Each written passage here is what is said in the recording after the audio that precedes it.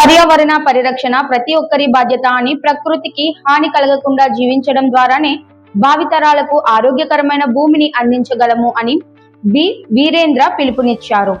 Andhra Pradesh pollution control board ఆధ్వర్యంలో సబ్బవరంలోని Damodaram Sanjivayya national law university ప్రాంగణంలో నిర్వహించిన అవగాహన కార్యక్రమంలో ఆయన మాట్లాడారు. ఎన్సీసీ 13వ బెటాలియన్ క్యాంప్ లో లెఫ్టినెంట్ కల్నల్ స్వర్ణిం ప్రభాత్ అధ్యక్షతన గ్రీన్ క్లైమేట్ టీమ్ ఎన్జీఓ నేతృత్వంలో 600 మంది విద్యార్థులతో కలిసి ఈ కార్యక్రమం జరిగింది.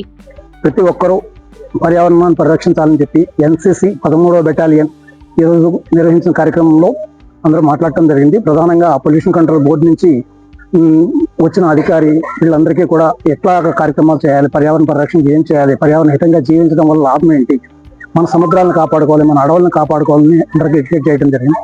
ఇక్కడ ఎన్సీసీ క్యాడెట్స్ కూడా చాలా బాగా పర్యావరణ పరిరక్షణ గురించి మాట్లాడుతున్నారు. వీళ్ళందరూ కూడా పర్యావరణం మీద అవగాహన కలిగి ఇంకా ముందుకు అడుగేయడానికి గ్రీన్ క్లైమేట్ టీమ్ తమంతగా ఈరోజు ఈ కార్యక్రమంలో పాల్గొనడం జరిగింది.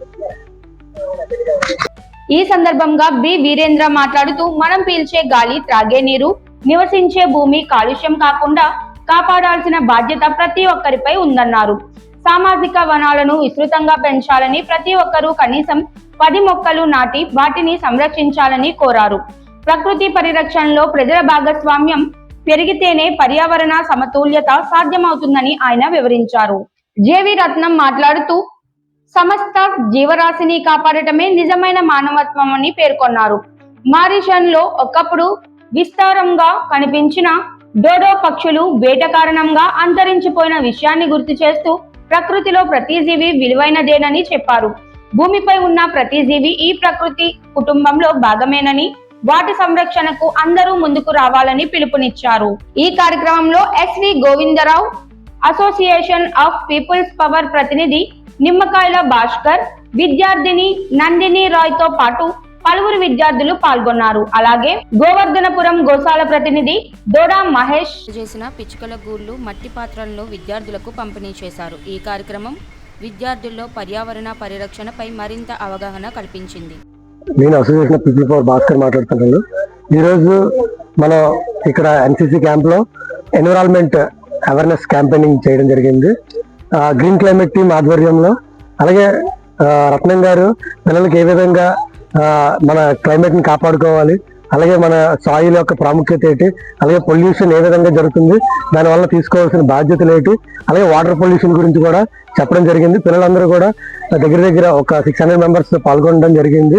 ఇందులో ముఖ్యంగా పిల్లలకి అవగాహన కార్యక్రమం, అలాగే సే నోటు ప్లాస్టిక్ ఇలాంటి ప్లకార్డ్స్ పెట్టి వాళ్ళ అవేర్నెస్ క్రియేట్ చేయడం జరిగింది.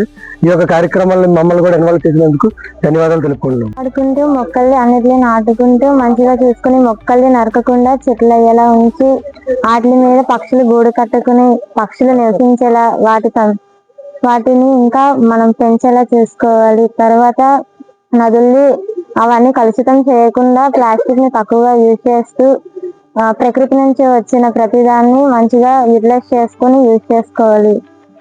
నెక్స్ట్ కెమికల్స్ ని ఎక్కువ యూజ్ చేయకుండా మంచిగా ప్రకృతి ఇచ్చిన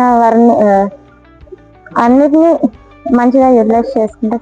ఈ రోజు మాకు ఒక యాక్టివిటీ జరిగింది. సీడ్ బాల్స్ చేసాము. వాటి వల్ల మనకి యూజ్ ఏంటంటే, మన పర్యావరణాన్ని మనమే కాపాడుకోవాలి, నదులను కూడా కాపాడుకోవాలి, మొక్కల్ని నాటాలి, వాటికి రోజు వాటరింగ్ చేసి చెట్లు అయినంత వరకు బాగా పెంచాలి. ఎందుకంటే మనకి ఆక్సిజన్ వస్తుంది. నెక్స్ట్ పక్షులకు కూడా గూళ్ళు పెట్టుకోవడానికి ల్యాండ్ అనేది వస్తుంది. నెక్స్ట్ మనం కెమికల్స్ ఎక్కువ యూజ్ చేయకూడదు. నదుల్లోని వాటిల్లోని ఎక్కువ చెత్త వేయకుండా ఉంచాలి. థ్యాంక్స్. అడవులను నాశనం చేయకుండా అందరూ మొక్కలు వేయండి. ఇప్పుడు మనం వేస్తేనే భవిష్యత్తు జనరేషన్ కూడా అందరికీ యూజ్ అవుతాయి. నదులను కూడా ఎవరు పాడు చేయకుండా, ప్లాస్టిక్ ఎక్కువ ఉపయోగించకుండా, కెమికల్స్ లేని ఫుడ్ తినడానికి ట్రై చేయండి. అందరూ మంచిగా మొక్కలు నాటండి. జీవుల్ని కాపాడుకుందాం, మన పర్యావరణాన్ని కాపాడుకుందాం, వాటర్ని సేవ్ చేయండి, మొక్కల్ని నాటండి, మొక్కలకి వాటర్ వేయండి. అన్ని మనమే కాపాడుకోవాలి. ఫ్యూచర్ ని కూడా మనమే కాపాడాలి. ఫ్యూచర్ కి చాలా ఉపయోగపడుతుంది.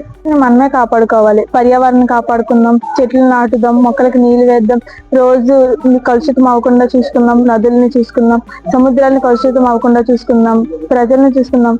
మంచి భవిష్యత్తుకి కావలసిన మంచి మొక్కలు నాటుదాం. పక్షుల్ని గూళ్ళు ఉండేలా చెట్లు నరకుండా చూసుకుందాం. పర్యావరణాన్ని జాగ్రత్తగా కాపాడుకుంటూ రోజు మొక్కలకు నీళ్లు వేస్తూ